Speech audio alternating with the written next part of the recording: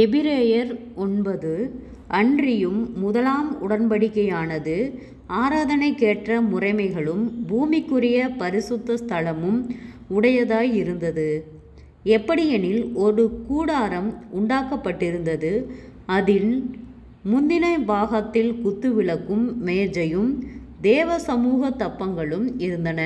அது பரிசுத்த ஸ்தலம் எனப்படும். இரண்டாம் திரைக்குள்ளே மகா பரிசுத்த ஸ்தலம் எனப்பட்ட கூடாரம் இருந்தது. அதிலே பொன்னால் செய்த தூபமும் முழுவதும் பொற்காடு பொதிந்திருக்கப்பட்ட உடன்படிக்கை பெட்டியும் இருந்தன. அந்த பெட்டியிலே மன்னா வைக்கப்பட்ட பொற்பாத்திரமும் ஆரோனுடைய தளிர்த்த கோலும் உடன்படிக்கையின் கற்பலகைகளும் இருந்தன. அதற்கு மேலே மகிமையுள்ள கேருபீன்கள் வைக்கப்பட்டு கிருபாசனத்தை நிழலிட்டிருந்தன. இவைகளை குறித்து விவரமாய் பேச இப்பொழுது சமயமில்லை. இவைகள் இவ்விதமாய் ஆயத்தமாக்கப்பட்டிருக்க ஆசாரியர்கள் ஆராதனை முறைமைகளை நிறைவேற்றும்படிக்கு முதலாம் கூடாரத்திலே நித்தமும் பிரவேசிப்பார்கள். இரண்டாம் கூடாரத்திலே பிரதான ஆசாரியன் மாத்திரம் வருஷத்திற்கு ஒரு தரம் இரத்தத்தோடே பிரவேசித்து அந்த இரத்தத்தை தனக்காகவும் ஜனங்களுடைய தப்பிதங்களுக்காகவும் செலுத்துவான். அதனாலே முதலாம் கூடாரம் நிற்கும் அளவும் பரிசுத்த ஸ்தலத்திற்கு போகிற மார்க்கம் இன்னும் வெளிப்படவில்லை என்று பரிசுத்த ஆவியானவர் தெரியப்படுத்தி இருக்கிறார். அந்த கூடாரம் இக்காலத்துக்கு உதவுகிற ஒப்பனையாய் இருக்கிறது. அதற்கேற்றபடியே செலுத்தப்பட்டு வருகிற காணிக்கைகளும் பலிகளும் ஆராதனை செய்கிறவனுடைய மனசாட்சியை பூரணப்படுத்தக்கூடாதவைகளாம். இவைகள் சீர்திருத்தல் உண்டாகும் காலம் வரைக்கும் நடந்தேறும்படி கட்டளையிடப்பட்ட போஜன பானங்களும் பலவித ஸ்நானங்களும் சரீரத்திற்கேற்ற சடங்குகளுமே அல்லாமல் வேறல்ல. கிறிஸ்துவானவர் வரப்போகிற நன்மைகளுக்குரிய பிரதான ஆசாரியராய் வெளிப்பட்டு கையினால் செய்யப்பட்டதாகிய இந்த சிருஷ்டி சம்பந்தமான கூடாரத்தின் வழியாக அல்ல, பெரிதும் உத்தமமான கூடாரத்தின் வழியாகவும் வெள்ளாட்டுக்கடா இளங்காளை இவைகளுடைய இரத்தத்தினாலே அல்ல, தம்முடைய சொந்த இரத்தத்தினாலும் ஒரே தரம் மகா பரிசுத்த ஸ்தலத்திலே பிரவேசித்து நித்திய மீட்பை உண்டு பண்ணினார். அது எப்படியெனில் காளை வெள்ளாட்டுக்கடா இவைகளின் இரத்தமும் தீட்டுப்பட்டவர்கள் மேல் தெளிக்கப்பட்ட கடாரியின் சாம்பலும் சரீர துண்டாக்கும்படி பரிசுத்தப்படுமானால் நித்திய ஆவியினாலே தம்மைத்தாமே பழுதற்ற பலியாக தேவனுக்கு ஒப்பு கொடுத்த கிறிஸ்துவினுடைய இரத்தம் ஜீவனுள்ள தேவனுக்கு ஊழியம் செய்கிறதற்கு உங்கள் மனசாட்சியை செத்த கிரியைகளற்ற சுத்திகரிப்புக்கு எவ்வளவு நிச்சயம். ஆகையால் முதலாம் உடன்படிக்கையின் காலத்திலே நடந்த அக்கிரமங்களை நிவர்த்தி செய்யும் பொருட்டு அவர் மரணம் அடைந்து அழைக்கப்பட்டவர்கள் வாக்குத்தத்தம் பண்ணப்பட்ட நித்திய சுதந்திரத்தை அடைந்து கொள்ளுகிறதற்காக புது உடன்படிக்கையின் மத்தியஸ்தராய் இருக்கிறார். ஏனென்றால் எங்கே மரண சாசனம் உண்டோ அங்கே அந்த சாசனத்தை எழுதினவனுடைய மரணமும் உண்டாக வேண்டும். எப்படியெனில் மரணமுண்டான பின்பே மரண சாசனம் உறுதிப்படும். அதை எழுதினவன் உயிரோடு இருக்கையில் அதற்கு பலனில்லையே. அந்தப்படி முதலாம் உடன்படிக்கையும் இரத்தம் இல்லாமல் பிரதிஷ்டை பண்ணப்படவில்லை.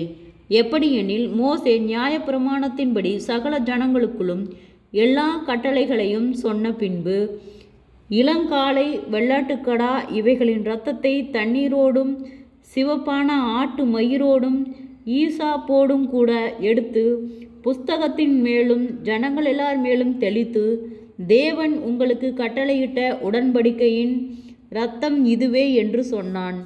இவ்விதமாக கூடாரத்தின் மேலும் ஆராதனைக்குரிய சகல பனிமுட்டுகளின் மேலும் இரத்தத்தை தெளித்தான்.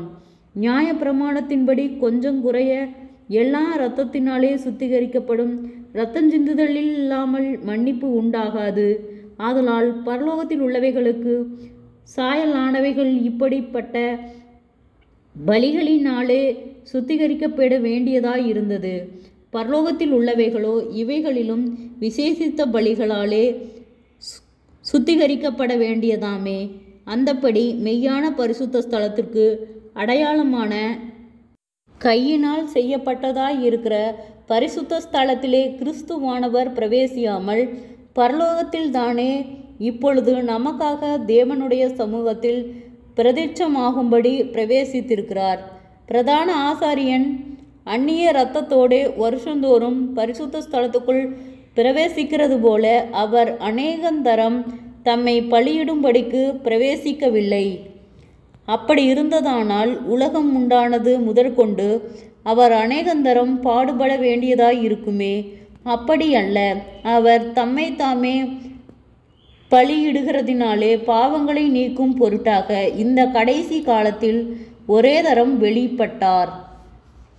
அன்றியும் ஒரே தரம் மரிப்பதும் பின்பு நியாயம் தீர்ப்படைவதும் மனுஷருக்கு நியமிக்கப்பட்டிருக்கிறபடியே கிறிஸ்துவும் அநேகருடைய பாவங்களை சுமந்து தீர்க்கும்படிக்கு ஒரே தரம் பலியிடப்பட்டு பாவமில்லாமல் ஆவலுடன் தமக்காக காத்து கொண்டிருக்கிறவர்களுக்கு இரட்சிப்பை அருளும்படி இரண்டாம் தரம் தரிசனமாவார். ஜெபம். கிருபையாய் நேசிக்கிறத நல்ல தகப்பனே, ஆசீர்வாதமான வேலைக்காய் நன்றி செலுத்துகிறோம். இயேசுவின் நாமத்தினாலே எபிரேயர் 9வது அதிகாரத்தை தியானிக்க கொடுத்த தயவுக்காய் நன்றி செலுத்துகிறோம். இயேசுவின் நாமத்தினாலே எங்களுக்குள்ள காணப்படுகிறதான பலவீனங்கள் யாவும் இயேசுவின் நாமத்தினாலே பலப்படும்படியாய் ஜெபிக்கிறோம்.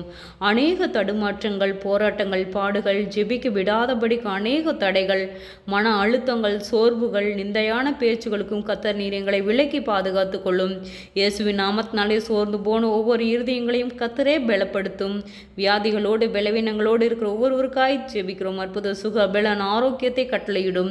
பொல்லாத கொடிய நோய்களுக்கு நீர் விலக்கி பாதுகாத்து கொள்ளும். பொருளாதார தேவைக்காய் இருக்கிற ஒவ்வொருவருக்காய் ஜெபிக்கிறோம்.